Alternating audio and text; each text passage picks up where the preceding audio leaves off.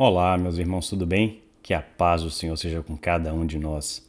Hoje nós vamos estudar o capítulo 19 do livro de Juízes e nós vamos meditar na seguinte passagem: as atrocidades que procedem da desunião. Vamos orar. Senhor Deus e amado Pai, em nome de Jesus pedimos, Pai, a Tua bênção sobre esse tempo, Pai, onde abrimos a Tua palavra e aprendemos de Ti. Que o Senhor, Pai, possa abençoar, Pai, esse estudo, derramando sobre nós o Teu Santo Espírito, aquele que nos dá entendimento, discernimento, que nos ensina, que nos admoesta. Pai, seja conosco. Queremos, Pai, andar nos Teus caminhos. Ajuda-nos nessa caminhada. É o que nós te pedimos e te oramos, no nome de Jesus. Amém. Meus irmãos, as atrocidades que procedem da desunião. Vamos hoje continuar falando não de um juiz, mas de um levita. O livro de Juízes vai terminar, com essa história do levita. Não é um juiz, não é como a gente vinha observando os demais juízes, mas eu acho que é super importante a gente parar e literalmente meditar na história desse levita. Vamos lá.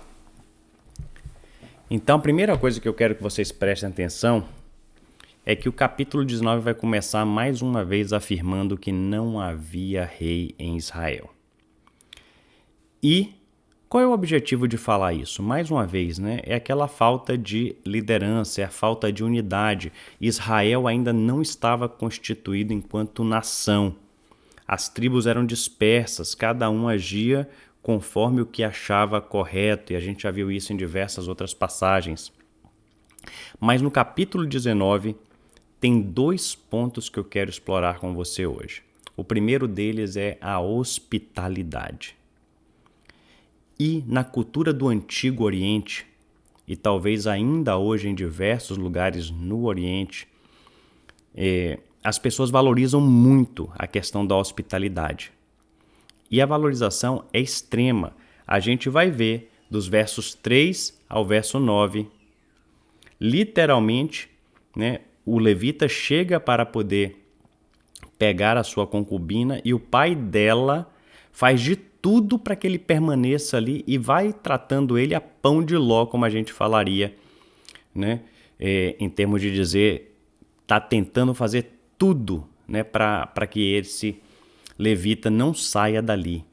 E ele se estende por alguns dias e esse sogro continua ali, que é o pai da moça, continua ali tentando fazer com que ele fique, até que chega um ponto no 5º dia que ele fala, não, agora eu vou me embora e vou caçar o rumo.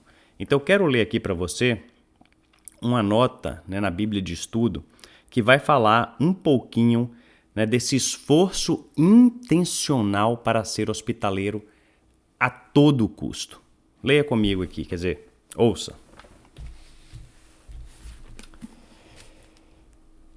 Quando fala que ele estava instando com ele, praticamente argumentando, ali tentando persuadi-lo, nessas linhas há uma visão profunda da vida social na Palestina, nesse tempo mais ou menos uns 3.000 anos atrás.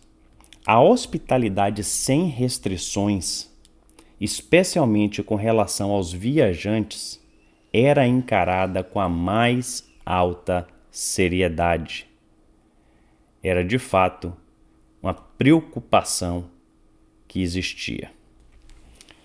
Mas a gente não vai ver só a questão da hospitalidade que o pai da concubina do levita está aqui intencionalmente demonstrando para com ele, tentando servir a ele comida, dar a ele repouso, dar a ele conforto. E aí a gente vê também agora o extremo oposto. Por quê? Quando ele se vai, eles estão passando por Jebus, que no futuro vai se tornar Jerusalém. Então ele está passando por ali, mas naquele momento é uma cidade estranha, era dos jebuseus. Então o que o levita fala? Eu não quero pernoitar em cidade estranha, eu quero encontrar uma cidade israelita. E ele continua caminhando com seu moço, com a sua concubina, com seus jumentos e chegam a Gibeá, que é uma cidade dos benjamitas. E olha só, ele procurou uma cidade israelita, entendendo que aqui ainda não existia esse sentido de unidade da nação, mas ele procurou uma cidade benjamita, supostamente, né, de um irmão. Né, já que a gente está falando das 12 tribos de Israel, é de um dos irmãos. E o que é que vai acontecer? Se você ler comigo aqui o que está no verso 15... Retiraram-se para Gibeá a fim de nela passarem a noite. Entrando ele, assentou-se na praça da cidade, porque não houve quem os recolhesse em casa para ali pernoitar. É exatamente o oposto do que ele experienciou com o pai da sua concubina. As pessoas intencionalmente rejeitaram ele, não demonstraram nenhuma hospitalidade. E não só foi ele grotescamente desprezado, como à medida que a gente vai seguindo na história, a gente vai ver que a sua concubina foi abusada e morta. Né? Então, olha só, né, a que ponto chegou. A falta de hospitalidade gerou nesse povo de Gibeá um tratamento que é pior do que eles tratariam seus próprios inimigos. O hospedador dele, que era uma pessoa também de Efraim, então era um conterrâneo dele, ainda faz de tudo para que o povo de Gibeá não fizesse o que eles estavam querendo fazer. Mas a gente vai ver que ele não tem sucesso. Quando ele fala no verso 23, já que o homem está em minha casa, não façais tal loucura. Então, a gente vai ver, né, que era um costume ético da época que aquele que estava recebendo tinha que fazer de tudo para preservar o conforto e a integridade do seu hóspede. E aqui a gente vai ver, né, que pior que a lascívia e a perversão era faltar com a hospitalidade. Mas aqui a gente vai ver quando ele fala, não façais tal loucura. Essa palavra loucura é o hebraico nebalá e tem significado ainda mais forte, porque está falando de impiedade e devassidão. Então, a gente vai ver que, infelizmente, o povo de Gibeá pega a concubina do levita, abusa dela e a mata. Então, a gente vê aqui justamente o oposto do que é a hospitalidade. E a segunda coisa que eu queria falar, né, a gente falou de hospitalidade, tanto da hospitalidade como da falta de, e agora a gente vai falar de uma outra coisa que chamou muito a atenção ao longo de todo esse capítulo 19. Acompanhe comigo. Falta de unidade enquanto povo de Deus, enquanto nação. E talvez isso seja muito comum hoje entre os cristãos.